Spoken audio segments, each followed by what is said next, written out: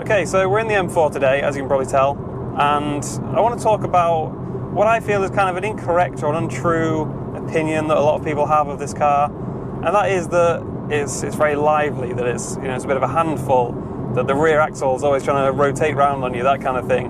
You'll have heard a lot of people say this sort of stuff in reviews. I've heard other M3 and M4 owners mention it, and also how the traction control system kind of plays into that impression that it's a very lively car, which, like I say, I don't think is really true. Now, I'm talking about on the road, in the dry. On a circuit, it's completely different because, you're going so much faster, you're loading the car up in the corners so much more that it's going to inevitably be a lot more sensitive to throttle inputs and steering inputs. So I'm just focusing on the road, okay, which is, let's be honest, where 90% of M4s and M3s are going to spend pretty much all of their time. So that's what we're talking about. Now, I mentioned that I'm doing this in the dry. We're also going to do a separate section of this video. Like the second half of this video will be in the wet.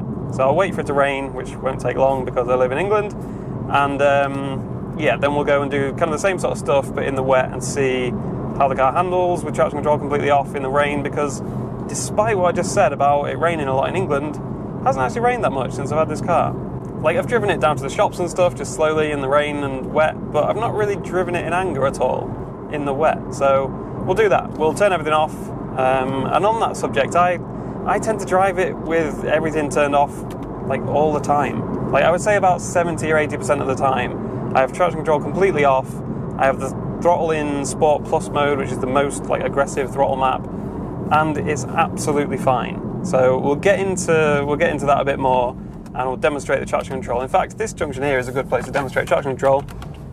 We're in first gear, second gear, bit of throttle, traction light flashes. The traction light flashed then in second gear when I'd already straightened up. That's the thing, it wasn't like I was mid-turn and I floored it. I'd already straightened up, started applying the throttle, and this was in the most, like the softest throttle map as well. This is in the comfort mode.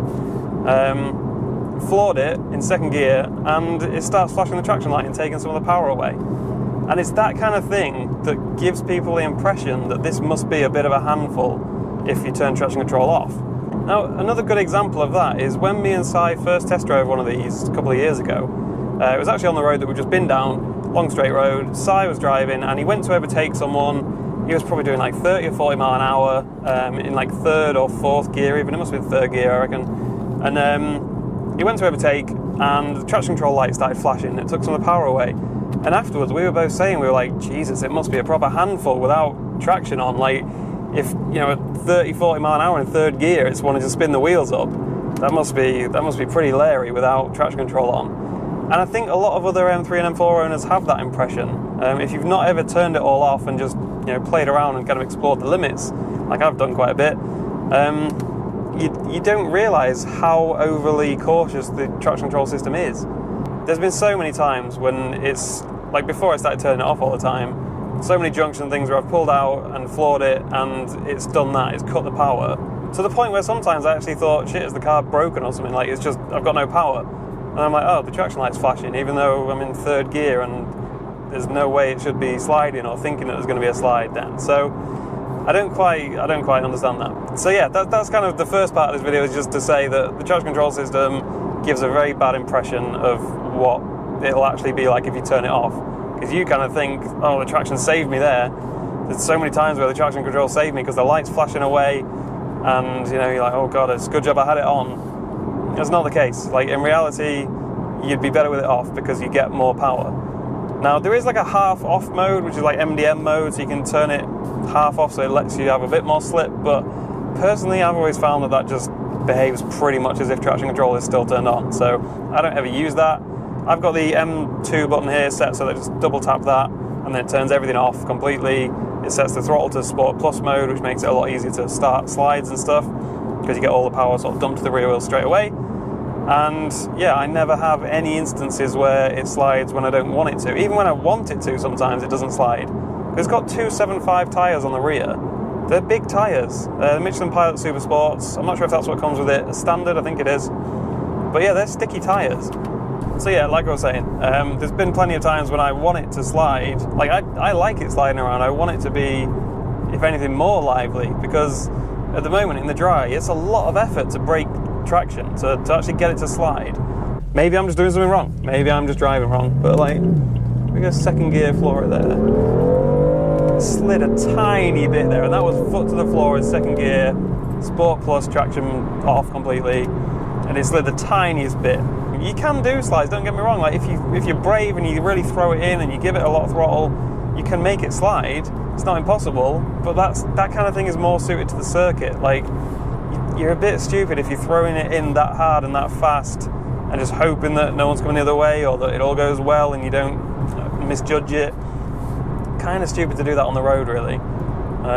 So yeah, I have fun on the road. I'd slide around a little bit, but taking it to that extreme where you've got to throw it in so hard just to try and unstick the rear is not a good idea on the road, is it? Let's be honest.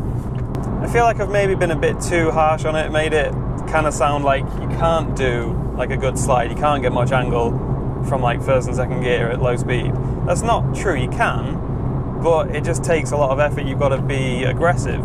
So I don't think you can say that like catches you out or makes it a handful if it's quite like a deliberate action that you've got to do to make it slide pretty well. Because like you've got to keep your foot flat to the floor. I know I keep saying flat to the floor a lot, but you've got to keep it floored in first gear, change into second, keep your foot flat to the floor to keep it going. Like, it won't slide. The second you come off the throttle, it'll grip again. I'll try and demonstrate like a decent slide in a second.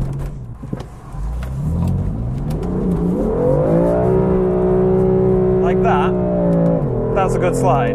But that was just first gear, foot to the floor, change to second, just as we go over a little ridge as well there, which helps sort of kick it round, and then just again keep it flat to the floor.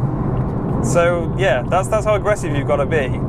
And that wasn't like a massive slide. It was a decent one, but that's not going to win you any awards at a drift event. So yeah, you kind of get the idea that you can't. I don't see how that could catch you out, because if that caught me out, like if it was just started sliding when I didn't want it to, the second I came off the throttle, it would have stopped. Like it grips really violently as well, which I guess could cause its own problems. Like it could sort of swing back the other way, but it's never happened to me in this. It tends to just grip and just stay straight after that. So hopefully that gives you a bit of an idea. But that kind of stuff where like you're just flooring it in first and second gear coming out of a junction or something, that's all well and good, and that you'll slide it a little bit like I've just shown. But on like fast drives, like on a spirited drive around country roads, where you know you're always above sort of 30 or 40 mile an hour and you're always in at least third gear, there's not been a single time when it's ever felt like it's going to rotate on me at all.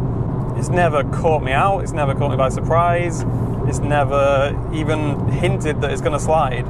And again, that's with me driving pretty fast. Like, I'm not going to say what sort of speeds, but like I'd say I don't hold back when I'm driving this. So if it's not sliding for me there, maybe other people are just driving like absolute lunatics and getting it to slide, but I doubt it.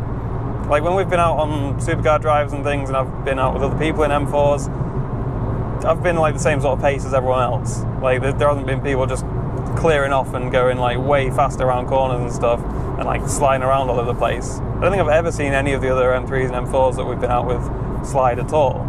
And likewise, they've probably not seen me slide much, because on a normal drive, on a spirited drive, you don't get to that point where it's starting to slide around because you're going too fast, you're in too high gears.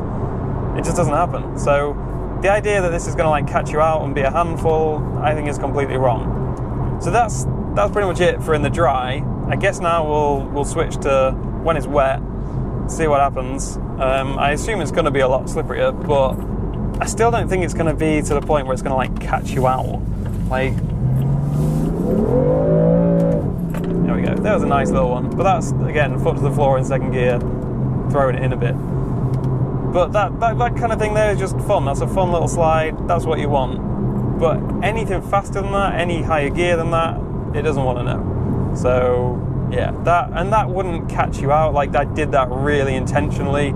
There's no way that's going to happen if you're not expecting it. I guess maybe some people just don't understand like the dynamics of a car. I don't know. Like maybe some people don't understand that if you floor it mid corner, it's gonna make it oversteer or understeer, depending on what kind of car you're in and what the situation is. But maybe if you drive like an idiot, then yeah, it could catch you out. But that's true for any car pretty much. So I don't think that's like a fair criticism to level at this car.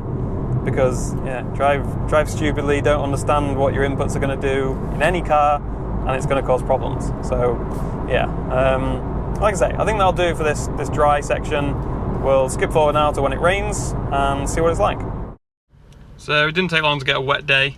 There's not much temperature in the tyres, the engine oil's just warmed up, so we're good to start having a bit of fun. But yeah, 12 degrees in the tyres and it's wet, so this is probably going to be pretty slippery.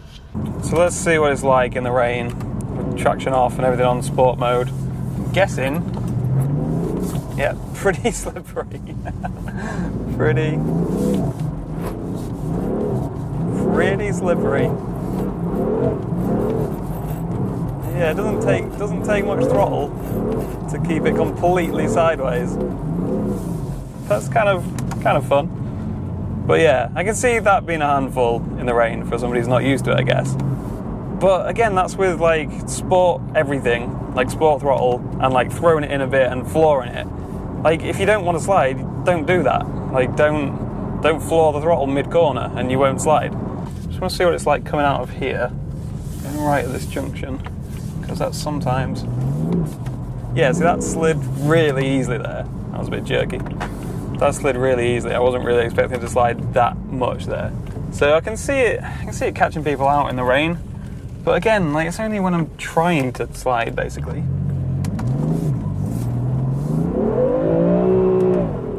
Like, again, that's flooring the throttle. What do you expect? Right, so everything's back on now. We're all in comfort mode, traction control's on, everything's like soft and safe. So let's see what it's like. We'll go second gear again. It does a pretty good job of like making you not realise it's doing something. Like, I was flooring the throttle there and it just kind of, you don't realise it's doing a lot of work actually. It's quite impressive. The light's not flashing up either, which is kind of weird. No, it flashed up then. But no, it's pretty impressive how subtle it is sometimes, like there. But when you're just flooring it out of a corner, sometimes you really feel it like just kick in and just there's no power. So I guess in the rain it makes sense to use it in this mode, in the safe mode, because then you don't feel like the car's doing all the work for you, but I know for a fact it was there. Like if we do the same as we did before, I'm just foot to the floor and it does nothing, but the traction light's flashing. So let's try just like normal sort of fast driving in the wet with everything off. Obviously I'm not flooring it as much as I would in the dry, because that'd just be stupid. Obviously there's less grip. Like, I'm not trying to dispute that it's more slippery in the wet. Obviously it is, but it's just not as much of a handful as people think. Like, I'm not going to say what speed we're doing, but it's quite high and it's raining and we're still alive. So yeah, I think as long as you're not an idiot and just don't floor it mid-corner in the wet, then I think you'll be fine. I mean, like, obviously first gear is a bit sketchy in the wet, but again, only if you're flooring it. Like, just don't floor it in first gear in the wet and you'll survive. Not difficult to understand, really, is it? Like there, it got a little bit, but not enough for me to say that this is a handful. That's the thing, like, I'm constantly thinking, is this, like, really hard work? Like there, because I floored it mid-corner in second, it slid a little bit, but again, not hard to just catch it and just manage it. Like, I certainly don't feel like, oh god, I'm having to concentrate so much and like really be on top of it, it's such a handful. Don't feel like that at all. So yeah, I think, like, I'm not saying, oh, everyone should just drive it with traction control off in the rain. Obviously that is going to result in there's more chance of you crashing if you've got traction control off, in most cases. So yeah, I'm not saying that everyone should just drive it with traction off all the time, and that like driving it with it off in the rain is a good idea. I'm just saying it's not as bad as you would expect. That was, again, just flooring it in second gear. But yeah, it's not that bad. It's not that much of a handful. The R8, I would say, is worse in the wet, definitely, with the supercharger. It wasn't that bad before the supercharger, but with the supercharger, the R8's quite a handful in the rain. No, this car doesn't seem to have a problem with being driven fast in the wet. Okay, so hopefully you found that kind of interesting and informative. Probably upset somebody. There'll probably be some butthurt M4 fanboy in the comments saying it's the best drift car in the world or something, but yeah, fuck them. And yeah, that'll pretty much do for this video. Sorry if I rambled on a bit. I do feel like I repeated myself quite a bit in the first bit, but whatever. Got it done in the end. And yeah, as usual, no idea what the next video is going to be, but whatever it is, I'll see you there.